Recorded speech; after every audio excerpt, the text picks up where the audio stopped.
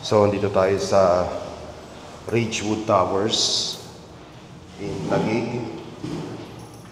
Along C5, malapit sa BGC and McKinley Hill to check in for close condo unit. But before that, please subscribe to our YouTube channel for close up. So, let's go and check this out. So, ito yung unit.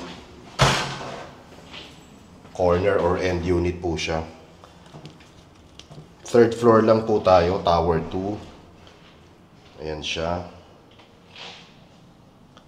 And this is around 4.4 million. That's the regular price.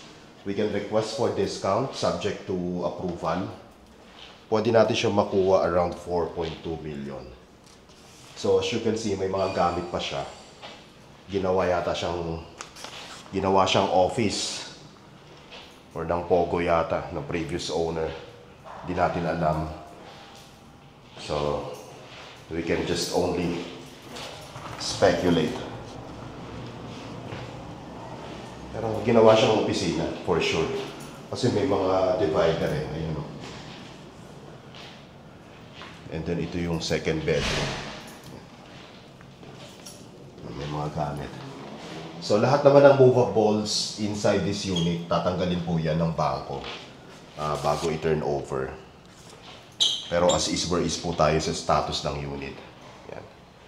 And this is available in cash or at least 10 to 20% down payment and then 80 to 90% balance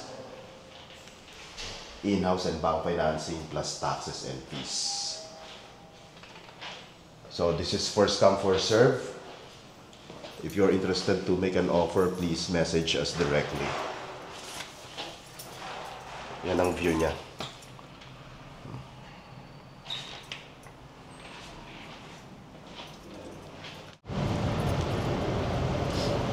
So dito tayo sa amenity area naman. Ridgewood Towers in Taguig. Malapit lang to sa BGC and McKinley Hill. Actually, pwede din lakarin. Tawid lang kayo ng overpass, SM Aura na. And then ito yung swimming pool nila.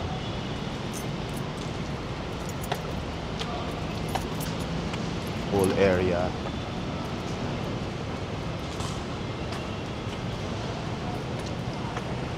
Then may gazebo. Ang kagandahan pa dito sa Ridgewood, pwede mong gawing commercial yung unit mo. Kasi yung ibang unit dito kinonvert into commercial. Ginawang opisina yung iba. And tinanong ko rin yung guard, pwede naman daw. Pero syempre, mas maganda i-address nyo talaga sa condo admin. Pero it looks like pwede naman. Kasi nga may mga gumawa na. Ganito yung pinaka-gym niya. Maliit lang.